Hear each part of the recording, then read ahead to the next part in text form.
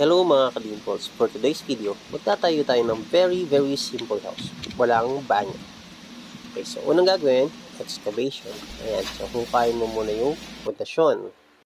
Sabay na din ng gravel bedding. Kasunod nito ay plumbing works at rebar for foundation. So nilalagyan na natin yung rebar ng ating beam.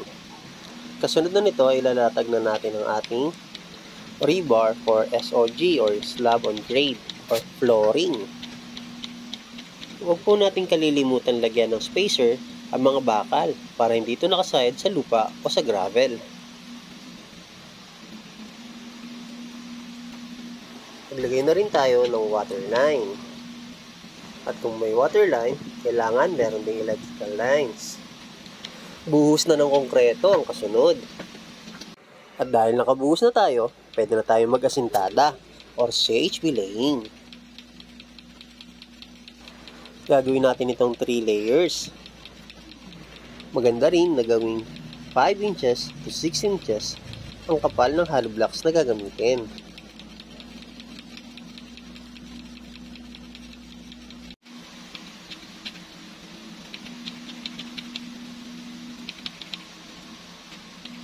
Ayan, tapos na tayo mag-asinta. Pagkatapos, pagagandahin na natin ang mga corners nito. Dahil pantay na at maganda na ang ibabaw ng mga hollow blocks, sisimulan na natin ang pagwa-wall framings. Pwede tayong gumamit dito ng kahoy, tubular steel, or metal studs. Nakapaglagay na tayo ng vertical studs na merong spacing na 2 feet or 61 cm. Mas malaki naman ang agwat sa mga portion na may bintana.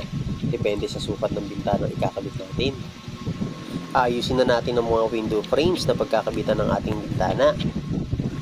Kasunod din ang paglalagay ng horizontal studs. Yun yung mga nakahiga o nakabalagbag. Diretso na natin ito sa bubong. Maglagay na tayo ng trusses bilang roof framing. Dito, pwede kang gumamit ng tubular steel or angle bar ang trusses. Pwede ka rin gumamit ng kahoy, coco lumber or good lumber, depende sa preference mo. Magkabit na rin tayo ng C-purlins o parlina na siyang kukumpleto ng ating roof framing. Kabit na rin natin ang mga bintana, hamba at pinto. Sa puntong ito, tapos na tayong mag-house framing. Tatakpan na natin ang mga walls. Marami tayong pwedeng pagpilian na pantakip sa mga walls, tulad ng plywood, fiber cement board, phenolic board, or yero. Pwede ka rin mag-double walling or takpan mo yung loob na part para malinis tignan at hindi kita ang ating wall framing. Pwede na nating ikabit ang ating bubong. Pwede yung corrugated, rib type, or tile span. Dito na nagtatapos ang ating video.